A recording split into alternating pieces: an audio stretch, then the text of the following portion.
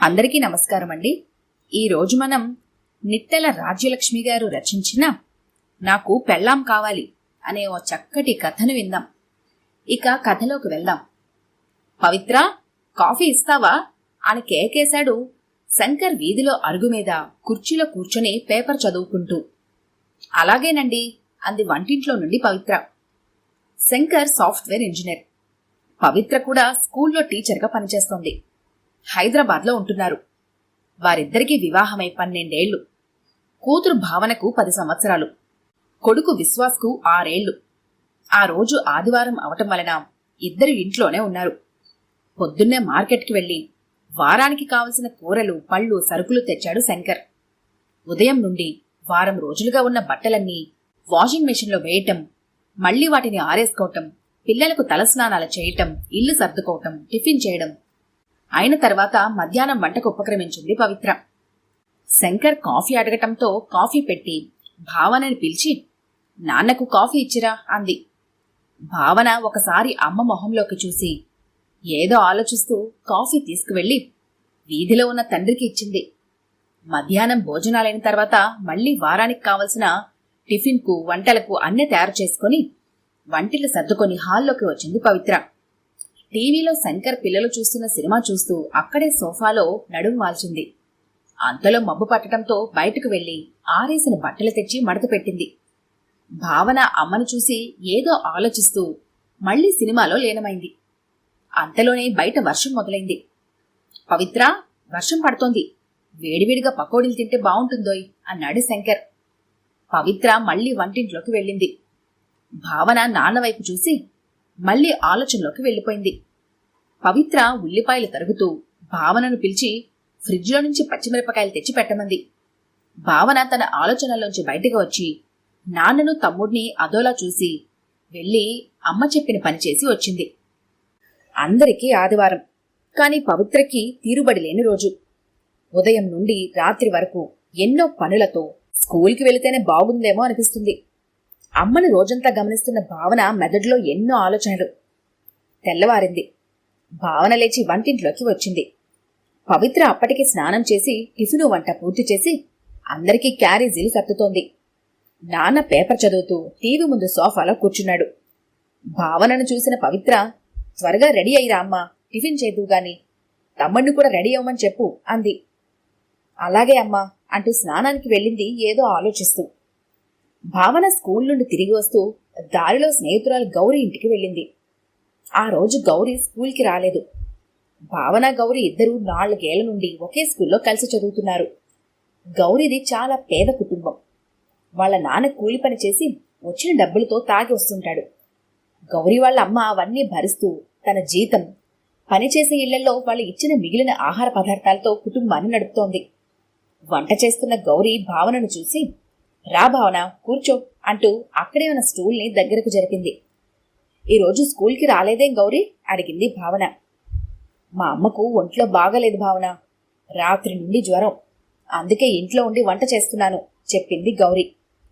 మీ అమ్మను డాక్టర్కి చూపించారా అడిగింది భావన. మా నాన్న అమ్మని డబ్బులు అడిగాడు, తన దగ్గర లేవని చెప్పింది. ఒంట్లో బాగలేదని కూడా చూడకుండా కొట్టి వెళ్ళిపోయాడు. అలాగే పనికి వెళ్లి అక్కడ అమ్మగారిని అడిగి టాబ్లెట్స్ తెచ్చుకొని వేసుకుంది అని దిగ్గాలుగా చెప్పింది గౌరీ. నాన్న ఎప్పుడు అమ్మని డబ్బులు అడుగుతాడు, ఇవ్వకపోతే వెతికి అమ్మ దాచిన డబ్బులు పట్టుకుపోతాడు. అమ్మే తను పనిచేసిన డబ్బులతోటి ఇల్లు గడుపుతోంది అంటూ బోరున ఏడ్చింది గౌరీ. భావన చిన్న మనసులో ఏదో కలత. స్కూల్కు వేసవి సెలవులు ఇచ్చారు. భావన మామయ్య రవి వచ్చి భావనను, విశ్వాస్ను వాళ్ల ఊరు తీసుకువెళ్లాడు. పవిత్ర తల్లిదండ్రులు సత్యనాథం, సావిత్రమ్మ విజయవాడ దగ్గర పల్లెటూరులో ఉంటారు. వాళ్లకు పవిత్ర, రవి ఇద్దరే పిల్లలు. రవి అగ్రికల్చరల్ BSc చేసి వాళ్ల పొలాలు చూసుకుంటున్నాడు. ఇంకా పెళ్లి కాలేదు. భావనకు పల్లెటూరులో సరదాగా ఉంటుంది. బావిలో నీళ్లు తోడటం, వాకిలంతా ఊడ్చి పేడ నీళ్లు చల్లి ముగ్గు పెట్టడంలో అమ్మమ్మకు సాయం చేయటం, చెట్ల మీద రకరకాల పక్షుల్ని చూడటం, మామయ్యతో అప్పుడప్పుడు పొలం వెళ్లటం చేస్తూ ఉంటుంది. సావిత్రమ్మ ఉదయాన్నే లేచి పనులు ముగించుకొని సత్యనాథం లేవగానే కాఫీ ఇచ్చి స్నానానికి నీళ్లు, తువ్వాలు, బట్టలు సిద్ధం చేసింది. సత్యనాథం స్నానం చేసి దేవుడికి దండం పెట్టుకుని వీధిలో పడక కుర్చీలో కూర్చున్నాడు. పాలేరు రంగయ్య పేపర్ తెచ్చి ఇచ్చాడు. అంచెలో పక్క ఇంట్లో ఉంటున్న రంగనాథం పొలానికి వెళ్తూ సత్యనాథంను చూసి వచ్చి కాసేపు కబుర్లు చెప్పి వెళ్ళాడు. భావన, తాతయ్యని ఫలహారం చేయడానికి రమ్మనమని చెప్పు అంది సావిత్రమ్మ వంటింట్లోని పెసరట్లు వేస్తూ. భావన తాతయ్యని, మావయ్యని, విశ్వాస్ని కూడా పిలుచుకెళ్ళింది.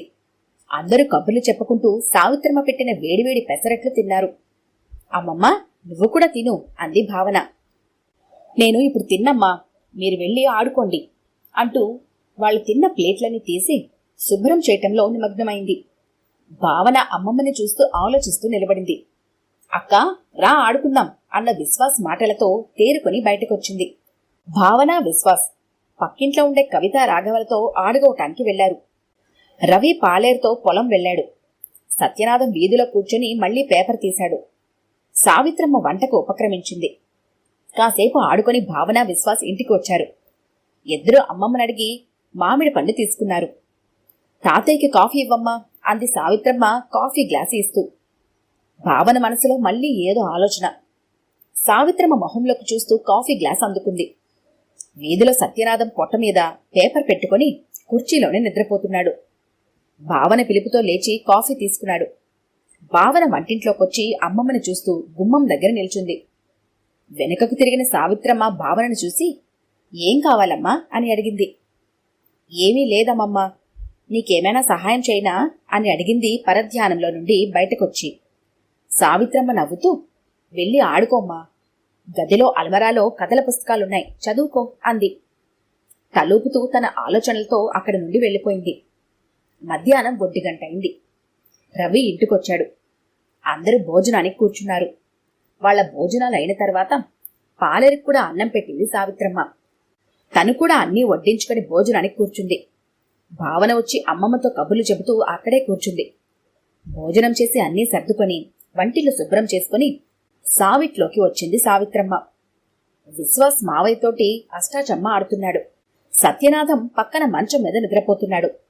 సావిత్రమ్మ కూడా గుమ్మం మీద తలగడ వేసుకుని నడుము వాల్చింది. భావన అమ్మమ్మని చూస్తూ అక్కడే కుర్చీలో కూర్చుంది. సాయంత్రం 4 గంటలైంది. సావిత్రమ్మ లేచి వంటింట్లోకి వెళ్లి జంతికలు, కజ్జికాయలు ప్లేట్లో పెట్టి తెచ్చి అందరికీ ఇచ్చింది. అందరూ తింటూ ఉన్నారు. సావిత్రమ్మ వంటింట్లోకి వెళ్లి టీ పెట్టి తెచ్చి సత్యనాథంకి, రవికి ఇచ్చింది. భావన అమ్మమ్మ చేసే పనులను చూస్తూ తన ప్లేట్లోని జంతికలు తింటోంది. సంధ్యవేళ. పాలేరు ఆవులను తోలుకొని వచ్చాడు. పాలు తాగడానికి వదిలిన లేగదొడలు చెంగు చెంగున గంతులు వేస్తుంటే భావన, విశ్వాస్ వాటితో ఆడుకున్నారు. భావన, విశ్వాస్ ఇద్దరు స్నానాలు చేయండి అన్న అమ్మమ్మ మాటలతో లోపలికొచ్చారు. విశ్వాస్ స్నానానికి వెళ్లాడు. సావిట్లో కుర్చీలో కూర్చుని టీవీలో సినిమా చూస్తున్న సత్యనాథం, భావన మంచినీళ్ళు తెచ్చిపెట్టమ్మా అని అడగటంతో భావన వంటింట్లోకి వెళ్ళింది. అమ్మమ్మ రాత్రికి వంట చేస్తోంది. భావన తాతయ్యకి మంచినీళ్ళు ఇచ్చి స్నానానికి వెళ్ళింది. రాత్రి 8 గంటలైంది. సావిత్రమ్మ సావిట్లోకి వచ్చి, భోజనానికి వస్తారా అంది సత్యనాథం వైపు చూస్తూ. అలాగే అంటూ పడకుర్చీలోంచి లేచాడు సత్యనాథం. రవి, భావన, విశ్వాస్ ఆయన్ను అనుసరించారు. సావిత్రమ్మ వడ్డిస్తుంటే నలుగురు కబుర్లు చెప్పుకుంటూ భోజనం చేస్తున్నారు. అమ్మమ్మ, నువ్వు కూడా మాతోటి భోజనం చేయొచ్చుగా అంది భావన. నేను తర్వాత తింటానమ్మా అన్న అమ్మమ్మ మాటలకు భావన చిన్న మనసులో ఏదో అలజడి. భోజనాయన తర్వాత నలుగురు సావిట్లోకి వచ్చారు. సత్యనాథం టీవీలో వార్తలు పెట్టుకుని పడక్కుర్చీలో కూర్చున్నాడు. విశ్వాస్ కథల పుస్తకాన్ని మావయ్య చేత చదివించుకుంటున్నాడు. భావన వంటింట్లోకి వెళ్లి అమ్మమ్మ భోజనం చేస్తుంటే కబుర్లు చెబుతూ అక్కడే కూర్చుంది. సావిత్రమ్మ అన్నీ సర్దుకొని వంటగది శుభ్రం చేసి పాలు తోడుపెట్టి పెరటి తలుపులు వేసి దీపం తీసేసి భావనతోటి సావిట్లోకి వచ్చింది. అమ్మమ్మ, పొద్దున్న నువ్వు దేవుడి దగ్గర పాడిన పాట నేర్పించవా అడిగింది భావన. అలాగే, పడుకునేటప్పుడు చెబుతాను అని సావిత్రమ్మ కూడా వార్తలు వింటూ అక్కడే కుర్చీలో కూర్చుంది. రాత్రి 9:30 అయింది. మావయ్య కథ చెబుతుంటే వింటూ అక్కడే నిద్రపోయాడు విశ్వాస్. విశ్వాస్ని ఎత్తుకుని గదిలో మంచం మీద పడుకోబెట్టాడు రవి. భావన అమ్మమ్మ పక్కలో పడుకుని పాట నేర్చుకుంటూ నిద్రలోకి జారుకుంది. వేసవి సెలవులు పూర్తి కావటంతో భావన, విశ్వాస్ మావయ్యతో హైదరాబాద్కు బయలుదేరారు. భావన అమ్మమ్మని కావలించుకుని మనసు నిండా ఆలోచనలతో మావయ్యతో బయలుదేరింది. దసరా పండుగకు శంకర్ తల్లి సుశీల, తండ్రి మాధవరావు హైదరాబాద్ వచ్చారు. శంకర్ తల్లిదండ్రులు ఏలూరు దగ్గర పల్లెటూరులో ఉంటారు. వారికి అక్కడ ఇళ్ళు పొలాలు ఉన్నాయి. శంకర్ తండ్రి మాధవరావు స్కూల్ మాస్టర్గా రిటైర్ అయిన తర్వాత అక్కడే వ్యవసాయం చేసుకుంటూ పిల్లలకు ట్యూషన్లు చెబుతూ కాలక్షేపం చేస్తున్నాడు. శంకర్ అప్పుడప్పుడు వెళ్లి చూసి వస్తూ ఉంటాడు. అతను ఒక్కడే సంతానం వాళ్లకు. భావన వాళ్ళకి ఎదురు వెళ్లి నాన్నమ్మను కావలించుకొని చేతిలోని చిన్న సంచి తీసుకుని లోపల పెట్టింది. పవిత్ర వచ్చి అత్తమామలను పలకరించి వంటింట్లోకి వెళ్లి కాఫీ తెచ్చి శంకర్కు, అత్తగారికి, మామగారికి ఇచ్చింది. శంకర్ అమ్మానాన్నలతో కబుర్లు చెబుతూ ఉంటే పవిత్ర లోపలికి వెళ్లి వంట పనిలో నిమగ్నమైంది. విజయదశమి రోజున భావన పుట్టినరోజు. పవిత్ర ఉదయాన్నే భావనకు తలంటి స్నానం చేయించి కొత్త బట్టలు వేసింది. అమ్మానాన్నలకు కాళ్లకు దండం పెట్టి ఆశీస్సులు తీసుకుంది. నాన్నమ్మ తాతయ్యలకు కూడా దండం పెట్టింది. నాన్నమ్మ సుశీల బాగా చదువుకోవాలి తల్లి, నీకు మంచి మొగుడు రావాలి అని దీవించింది. వెంటనే భావన, నాన్నమ్మ నాకు మంచి పెళ్ళం కావాలి, మొగుడు వద్దు అంది. అదేంటమ్మా భావన, ఆడవాళ్ళని పెళ్లి చేసుకోకూడదు అంది సుశీల. నాన్నమ్మ నాకు పెళ్ళామే కావాలి. పెళ్ళామైతే చక్కగా అన్నీ చేసి పెడుతుంది. నేను హాయిగా కుర్చీలో కూర్చుని పేపర్ చదువుకోవచ్చు, టీవీ చూడొచ్చు, నాకిష్టమైన పని చేసుకోవచ్చు. అమ్మను చూడు, ఇంట్లో మాకు అన్నీ చేసి పెడుతుంది, స్కూల్కి వెళ్తుంది, మళ్ళీ ఇంటికొచ్చి మా కోసం అన్నీ చేస్తుంది. నేను, నాన్న, తమ్ముడు మాకిష్టమైన పనులు చేసుకుంటాం. నా స్నేహితురాలు గౌరీ వాళ్ళమ్మ కూడా అంతే. వాళ్ళ నాన్న తాగి తిరుగుతున్నా పనిచేసి గౌరిని, వాళ్ళ తమ్ముడిని చదివిస్తోంది. వేసవి సెలవులకు అమ్మమ్మ వాళ్ళ ఊరు వెళ్ళానా, అక్కడ కూడా అమ్మమ్మే అందరికీ కావలసినవన్నీ చేస్తుంది. మాతో గడపటానికి కూడా టైం ఉండదు. నువ్వు కూడా అంతే కదా నాన్నమ్మ. నాకు మొగుడొస్తే నేను కూడా ఇవన్నీ చేయాలి కదా. అందుకే పెళ్ళాన్ని చేసుకుంటే నేనేమి చేయక్కర్లేదు. అందుకే నాకు మొగుడొద్దు, పెళ్ళం కావాలి నాన్నమ్మ అంటూ తన మనసులోని ఆలోచనలన్నీ బయటపెట్టింది భావన. శంకర్కు ఆ రోజంతా ఏమీ తోచలేదు. రాత్రి పడుకున్నాడే కాని ఆలోచనంతా భావన మాటల గురించే. భావన ఎందుకిలా ఆలోచిస్తోంది? దీనికి కారణం నా ప్రవర్తనేనా? పవిత్ర కూడా ఉద్యోగం చేస్తున్నా ఇంటి పని పట్టించుకోకుండా, పవిత్ర కష్టం తెలుసుకోకుండా మగరాయుడు అన్న మాటని సార్థకం చేసుకున్నానా?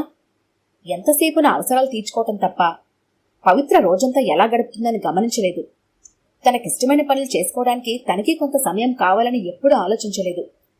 ఎప్పుడు తన ఇష్టాలేమిటో తెలుసుకోలేదు. పవిత్ర కూడా ఎప్పుడూ అనలేదు. నాకు కాని విశ్వాసకు కాని ఎప్పుడూ ఏ పని చెప్పలేదు. బహుశా తను పెరిగిన వాతావరణం కూడా అలాంటిదే కదా. ఇటువంటి ఆలోచనలే స్వలింగ వివాహాలను ప్రోత్సహిస్తున్నాయా? ఈ మధ్య పెరుగుతున్న విడాకుల కేసులు కూడా ఇదే కారణమా? భావనకు సర్ది చెప్పాలి. తనలోని ఈ ఆలోచనల్ని మార్చాలి. ఎలా? అవును, ముందు నేను మారాలి. నా చిన్నప్పుడు అమ్మ ఉద్యోగానికి వెళ్లేది కాదు. నేనొక్కడినే అవటంతో గారాబంగా పెంచారు. ఇంట్లో ఏ పని అలవాటు కాలేదు. కాని పవిత్ర కూడా ఉద్యోగానికి వెళుతోంది. అయినా ఇంటి బాధ్యత అంతా తనకే వదిలేశాను. పవిత్రను ప్రేమగా చూసుకోవాలి. తనకు కొంత విశ్రాంతి ఇవ్వాలి. ఇంటి పనిలో సాయం చేయాలి. విశ్వాస్ని కూడా తన పని తను చేసుకునేటట్లుగా, ఇంటి పనుల్లోని సాయం చేసేటట్లుగా తయారు చేయాలి. లేకపోతే పెద్దయ్యాక తనలాగా తయారవుతాడు.